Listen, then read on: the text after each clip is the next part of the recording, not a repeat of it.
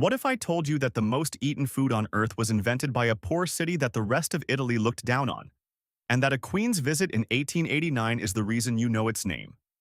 That the pastry considered the most technically complex in Italian baking was invented by accident, by nuns, in a monastery kitchen from leftover semolina porridge. That the coffee tradition of Naples is so specific and so protected that the city submitted it to UNESCO as an intangible cultural heritage. And that UNESCO agreed? Naples, Napoli, the third largest city in Italy, the oldest continuously inhabited city in Western Europe, a city built on volcanic rock above a still active supervolcano, next to a bay so beautiful that the Romans made it their playground, surrounded by poverty that made necessity the engine of invention for 2,000 years. In June 1889, Queen Margherita of Savoy, wife of King Umberto I, visited Naples. The city had once been the capital of the Kingdom of the Two Sicilies, the wealthiest kingdom in the Mediterranean. Now it was a provincial city in the new unified Italy, resentful of the north, taxed heavily, and watching its former glory fade. The royal couple had a political reason to visit, to show themselves to the Neapolitans, to ingratiate themselves with a city that did not particularly want them. The queen, according to the legend, was bored of French cuisine, the food of European royalty at the time. She summoned Raffaele Esposito, the most celebrated pizza maker in Naples, to cook for her at the Capodimonte Palace. Esposito prepared 3 pizzas. The first was pizza marinara, the ancient Neapolitan flatbread with tomato, garlic, and oregano. The second was pizza Napoli with anchovies. The queen found neither to her taste. The third pizza Esposito made was topped with tomato, fresh mozzarella, and basil, the 3 colors of the Italian flag: red, white, green. The queen loved it.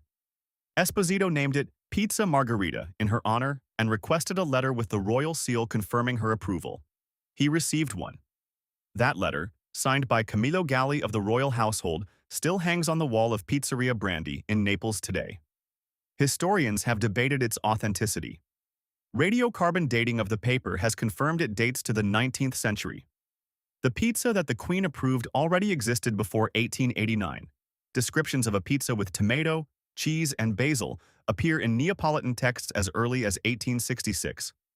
What Esposito's moment with the queen provided was a story, a royal endorsement, a name. The food of Naples poor, cheap, fast, eaten, standing on the street, assembled from whatever was available, became something associated with a queen, with the Italian flag, with national pride. In 2017, the art of Neapolitan pizza making was honored with UNESCO's intangible cultural heritage status. There are strict rules about what constitutes an authentic Neapolitan pizza. The dough must use specific flour, fermented for at least 8 hours, stretched by hand, and never rolled. The tomatoes must be San Marzano, grown in the volcanic soil south of Naples. Before the Margherita, there was the marinara. And the marinara is older, simpler, and by many accounts the more honest pizza. Pizza marinara predates the Margherita by centuries. The name does not mean it contains seafood, it means it was the pizza of the fishermen's wives. The pizza that the women of Naples prepared for their husbands returning from fishing expeditions on the Bay of Naples, made from ingredients that did not spoil: tomato, garlic, oregano, olive oil. No cheese, no perishables. The pizza you could make at any time from what you always had. The tomato itself arrived in Europe from the Americas in the 16th century. For 200 years, Europeans treated it with suspicion. They believed it was poisonous, or at best a decorative plant unsuitable for eating. It was the poor of Naples who first incorporated it into their food in the 18th century, because they were hungry and the tomato grew and they decided to eat it anyway. The rest of Europe eventually followed. The tomato became the foundation of Italian cuisine. Without the Neapolitan poor deciding to eat the suspicious red fruit from the Americas, Mediterranean cooking would be unrecognizable. The sfogliatella is the most technically demanding pastry in the Neapolitan tradition, and one of the most technically demanding in all of Italian baking. It was invented by accident, in a monastery, by nuns, from a problem with leftover semolina. The story traces to the monastery of Santa Rosa on the Amalfi Coast in the 17th century. A nun in the kitchen had leftover semolina porridge that she was about to discard. She mixed it with dried fruit, sugar, and lemon liqueur, limoncello's ancestor, and enclosed it in a folded piece of lard pastry. She shaped it roughly into something that resembled a monk's hood. She baked it. It was extraordinary.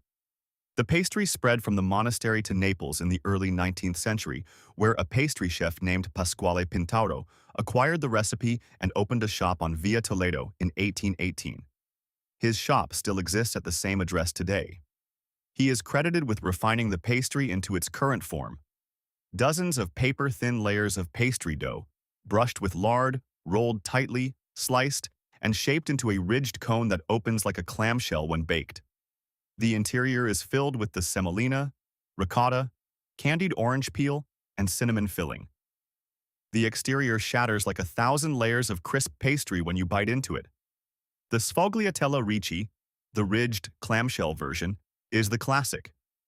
There is also the sfogliatella frolla, made with short crust pastry instead of the layered dough, softer and less complex. Neapolitans argue about which is better. The correct answer is the ricci. This is not actually debated. There are water buffalo in Italy. They have been in Campania, the region around Naples, since at least the Middle Ages, possibly since the 7th century when Lombard settlers may have brought them from Asia. They live in the flat coastal marshlands south of Naples, in the provinces of Caserta and Salerno, grazing on grass in terrain that cattle do not find suitable. Their milk is different from cow's milk, richer in fat and protein, more complex in flavor. When you use it to make mozzarella, the fresh pulled cheese, the result is a product that cow's milk cannot replicate. Buffalo mozzarella is softer, more yielding, slightly tangy, with a delicacy that disappears within hours of production. You need to eat it the day it is made, preferably within hours. Mozzarella di bufala campana received its DOP designation, Denominazione di Origine Protetta, the European Protected Designation of Origin, in 1996. Only mozzarella made from the milk of water buffalo raised in specific zones of Campania and Lazio can carry the name. The cheese is made by hand. The paste is heated in hot water and stretched, mozzare in Italian means to cut or tear, until it forms the characteristic smooth, elastic ball that weeps Milky Way when you slice it. On a pizza, margherita made correctly in Naples, the buffalo mozzarella is added after the pizza comes out of the oven or at the end of baking. You do not cook fresh buffalo mozzarella. You let the heat of the pizza warm it until it barely melts at the edges and puddles in the center. Outside Campania, mozzarella di bufala is exported in water, chilled, losing quality with every hour of transport. On Sunday mornings in Naples, the smell comes from every building. Ragu Napolitano is a meat sauce, not a quick sauce, not a weeknight sauce. It is a Sunday ritual that requires the cook to begin on Saturday evening or early Sunday morning, and to stand over the pot, stirring, adjusting the flame, watching it bubble for a minimum of 4 hours and preferably 8. The Neapolitan expression is, il ragu deve pippiare. The ragu must murmur, barely simmering, just breathing. The sauce is built from whole cuts of meat. Beef braciole stuffed with pine nuts and raisins and tied with string, pork ribs, Neapolitan sausage, browned and then braised slowly in a base of onion, lard, and tomato paste before San Marzano. Tomatoes are added and the whole thing reduces over hours into a deep, dark, concentrated sauce that coats pasta and carries the flavor of everything that has been in the pot. The meat is served separately from the pasta as a second course. The pasta, rigatoni, ziti, or paccheri, is dressed with the sauce and eaten first. Then the meat arrives. The ragu has given everything it has to the sauce. The sauce has made the pasta extraordinary. In Naples, coffee is a civic institution. Neapolitan espresso is darker roasted, more intensely extracted, and served in smaller quantities than espresso anywhere else in Italy.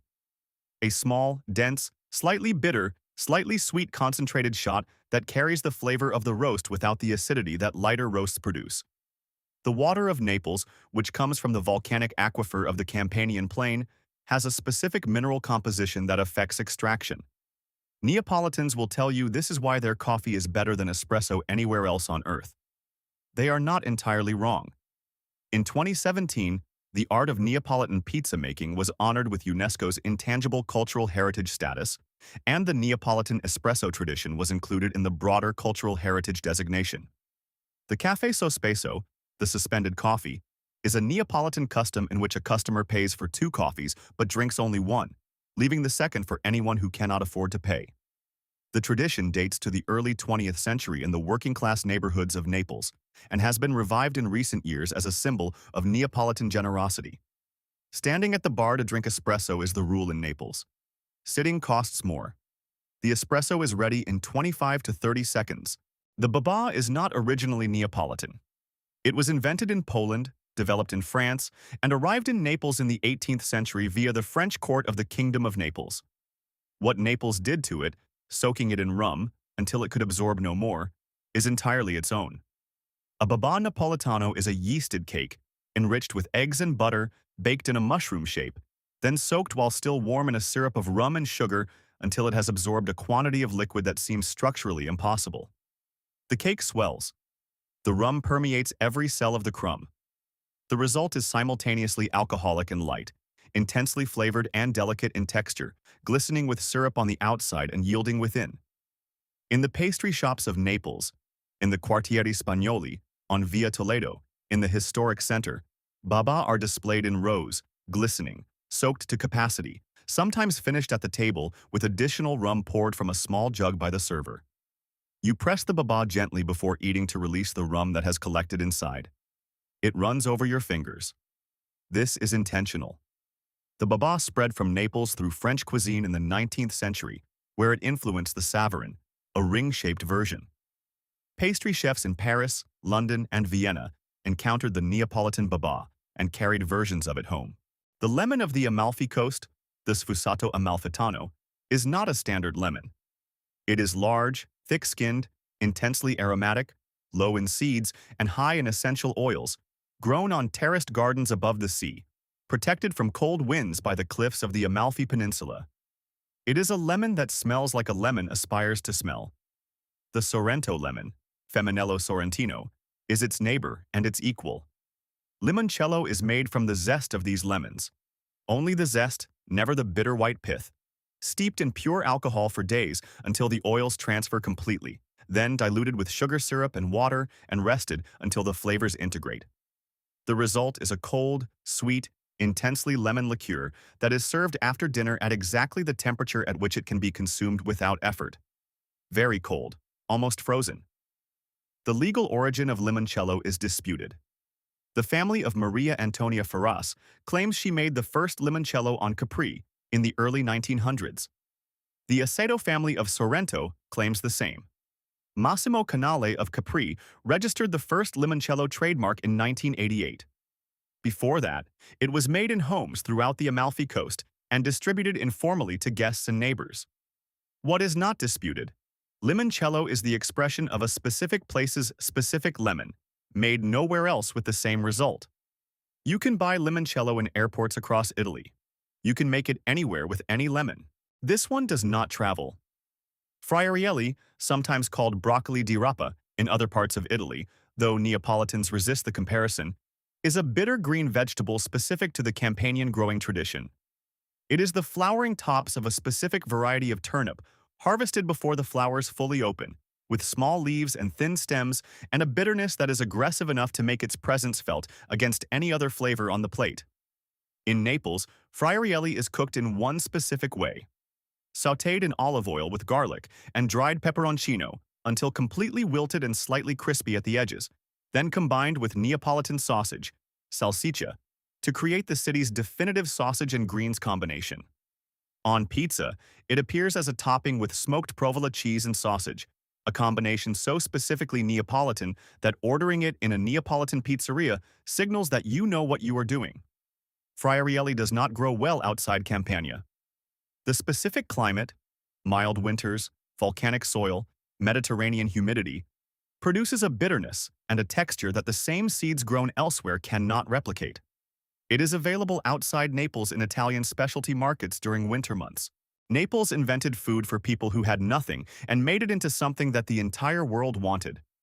The pizza began as street food for the poor, assembled fast, eaten standing, cheap enough for a laborer to buy twice a day.